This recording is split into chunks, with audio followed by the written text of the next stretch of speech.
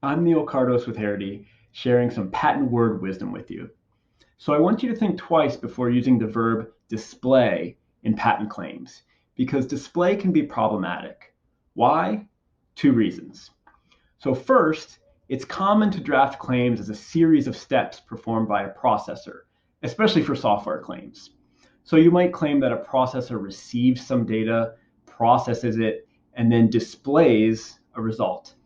And the problem here is that a processor can't actually display anything because the processor itself doesn't have a screen. So now you've claimed something that's not actually possible without some additional hardware, which leads to the second issue. And the second issue is multi-party infringement. So let's say that a primary implementation of this invention is at a client device that has a display. So you might be okay if you claim a device or processor that receives data, processes it, and then displays a result. But a fairly straightforward design around would be for the client device to transmit the data to a server, then the server does the processing and transmits a result back to the client device, and then the client device displays that result. So in this case, the server is definitely not displaying anything. So you would need both the client device and the server for infringement, which can be a problem.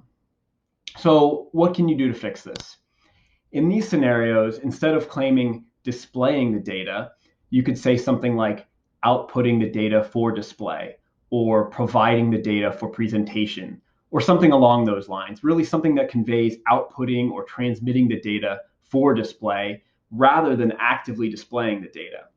So using these words solves both of the problems that I mentioned above because number one, processors are capable of outputting data. And number two, now you have protection for the entire invention being performed by the client device using a processor to output data for display, or the entire invention being performed by the server, which outputs data for display by transmitting the data to the client device for display.